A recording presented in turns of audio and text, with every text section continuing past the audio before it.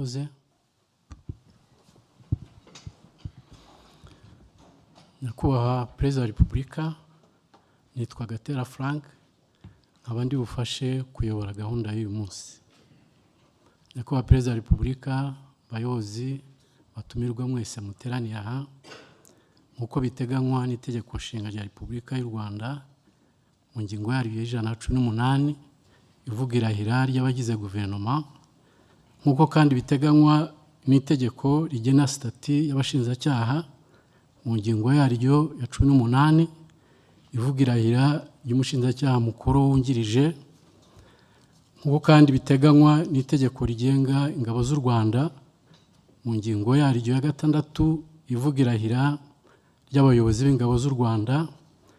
Hano hagiye kubera umuhango wo kwakira indahiro ya Minisitiri w'Ubutegetsi bw'Igihugu, ya Minisitiri w'Ubuhinzi n'Ubworozi, y'umushinjacyaha mukuru wungirije n'iy'umugaba w'ingabo z'inkeragutabara. Nyakubahwa Perezida wa Repubulika, murabanza kwakira indahiro ya Dr. Mugenzi Patrice, Minisitiri w'Ubutegetsi bw'Igihugu, n'iya Dr. Bagabe Cyubahiro Marc, Minisitiri w'Ubuhinzi n'Ubworozi. Barigira imbere bafate ibendera rya Repubulika y'u Rwanda n'ikiganza cy'ibumoso, bazamura ukuboko kw'iburyo bavuga indahiro. Njyewe Mugenzi Patrice, Njyewe Marc Cyubahiro Bagabe, ndahira u Rwanda ku mugaragaro ko ntazahemukira Repubulika y'u Rwanda, ko nzubahiriza itegeko nshinga n'andi mategeko, ko nzaharanira uburenganzira bwa muntu n'ibyagirira abanyarwanda bose akamaro,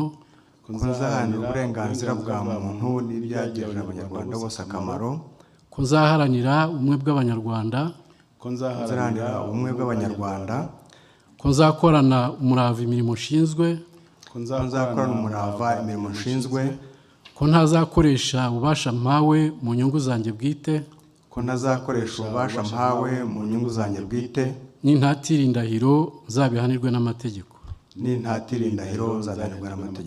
Imana ibimfashemo. Murakoze.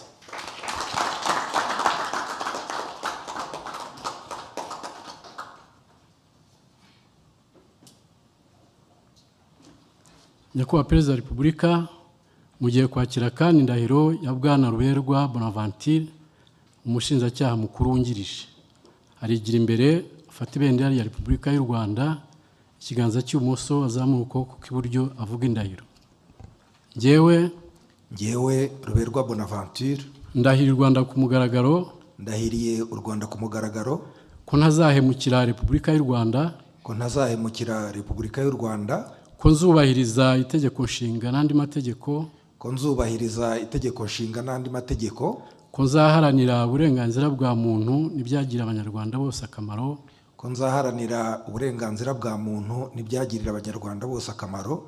nzaharanira ubumwe bw'abanyarwanda, ko nzakorana umurava imirimo nshinzwe, ko ntazakoresha ububasha mpawe mu nyungu zanjye bwite, n'intatira indahiro nzabihanirwe n'amategeko. Imana ibimfashemo. Murakoze.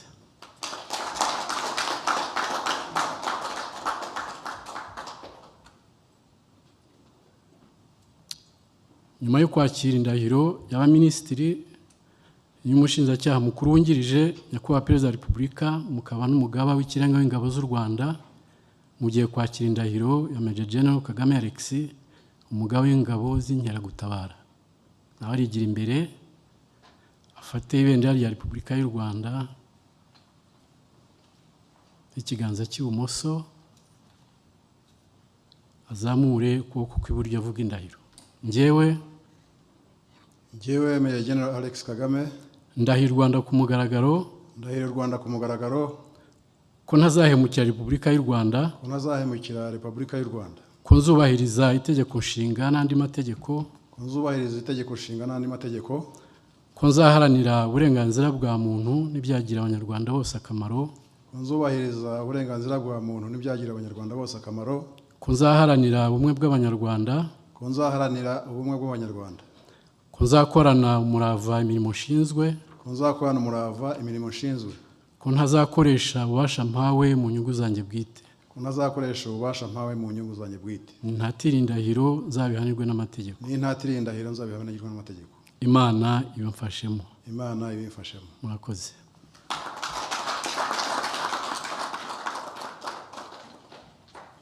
Twagira ngo dusabe abamaze kurahira gushyira umukono ku ndahiro.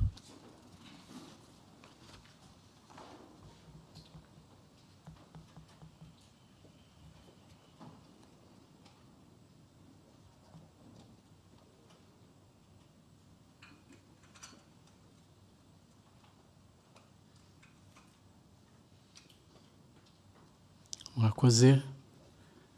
Nyakubahwa Perezida wa Repubulika, mu cyubahiro cyanyu mwageza ku bateraniye aha n'abakurikiye uyu muhango hirya no hino ijambo mwateganirije uyu munsi. Murakoze. Abayobozi b'inzego nkuru z'igihugu cyacu n'abanyarwanda bose badukurikiye, ndagira ngo mbanze mbasuhuze kandi nongereho gushimira abamaze kurahira kubera inshingano bemeye gufata mu nyungu z'igihugu cyacu.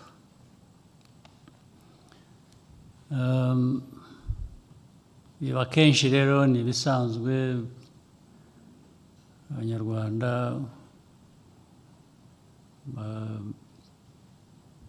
aho bari hose mu mirimo yabo isanzwe, niyo bahamagariwe gukorera igihugu ku buryo nk'ubu ndetse birimo ubwitange, kenshi cyangwa hafi bose barabyitabira. Nagira ngo kuri iyo mpamvu mbashimire. Icyo nakongeraho ni ukwibutsa gusa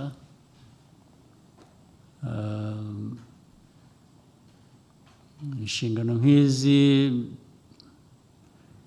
n'iz'abandi benshi bamaze kunyura aha, ni inshingano dukwiriye gufata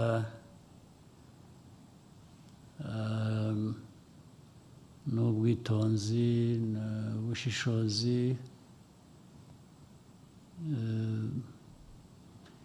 cyane cyane ko izo nshingano icyo zidusaba ni ugukorera abanyarwanda bose, nta n'umwe dusize inyuma, tukabakorera ku buryo bwose bushobotse, ubwo dushoboye, bijyanye n'amikoro igihugu gifite cyangwa andi gishobora gukomeza gushakisha hirya no hino. Kenshi ndagira ngo mbonere umwanya guhanura, kenshi abantu bararahira bafata inshingano nk'izi bazemeye, bazikunze ndetse banazishoboye, ariko turabizi ko hari bigenda biboneka usanga warahiriye gukorera igihugu, gukorera abanyarwanda, gukora ibishoboka byose, ageraho akaba ari we wibanza muri izo nshingano, agakora ibimureba kurusha ibireba igihugu nk'uko biba byarahiriwe. Uwo ni umuco tugenda turandura iyi myaka yose, ni umuco wari warabaye karande ku politiki twagiye turandura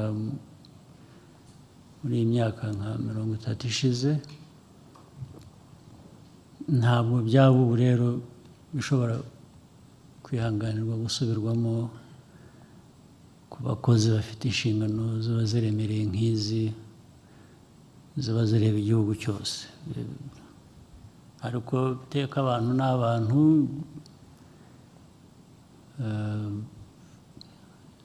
harimo dusanga abantu bamwe babigiyemo, ariko iyo abantu bagiye muri ibyo nk'ibyo ugahanura ugasubiramo ukereka ibitari byo, kandi uzi ngo baranabizi ahubwo babyirengagije gusa, ubundi ugenda ubakebura. Ubundi ntabwo bikwiye kuba bisubirwamo kenshi, bigeraho abantu bagafata umurongo. Ariko ndavuga iyi myaka yose ku gice kinini byari bimaze gufata umurongo. Hari abantu bake bakomeza kutabyuzuza, ariko icyangombwa ni uko twese dufatanije n'inzego zose dukwiye gukomeza kubagorora no kubagarura mu nzira. Icyo gihe iyo umuntu wamuhaye amahirwe nk'ayo, iyo yabonye ikibazo cy'ubuntu, kuba umuntu noneho bigeraho bikaba guhitamo ibitari byo, kandi ibiri byo bihari bizwi. Ndibwira rero ko mwebwe abaminisitiri cyangwa abandi bashinzwe izindi nzego mu buryo butandukanye maze kuturahira imbere, ndagira ngo mbibabwiye mwebwe ubwanyu hano, binabanyuzemo bikagera no ku bandi bose, twakomeza tugatera intambwe. Iza minisiteri rero, abaminisitiri bamaze kurahira, yaba Patrice Mugenzi, yaba Dr. Marc Cyubahiro Bagabe. Izi minisiteri zifite uburemere ku iterambere ry'igihugu cyacu, ariyo ya Dr. Patrice Mugenzi ayoboye, ari n'iya Marc Cyubahiro. Ndizera ko ubundi murabyumva kandi mubifitiye ubushobozi. Ntabwo ari mwe rero gusa, iyo mugiye kuyobora n'abandi bose iyo bagiye kuyobora, ntabwo ari wowe kugira ngo ukore ikintu kizima gusa nk'umuntu, ahubwo inshingano iba iri no gukurikirana no gukorana n'abandi mukorana ku nzego izo ari zo zose, kugira ngo nabo buzuze izo nshingano uko bikwiye. Twese ntabwo umuntu wagiye akora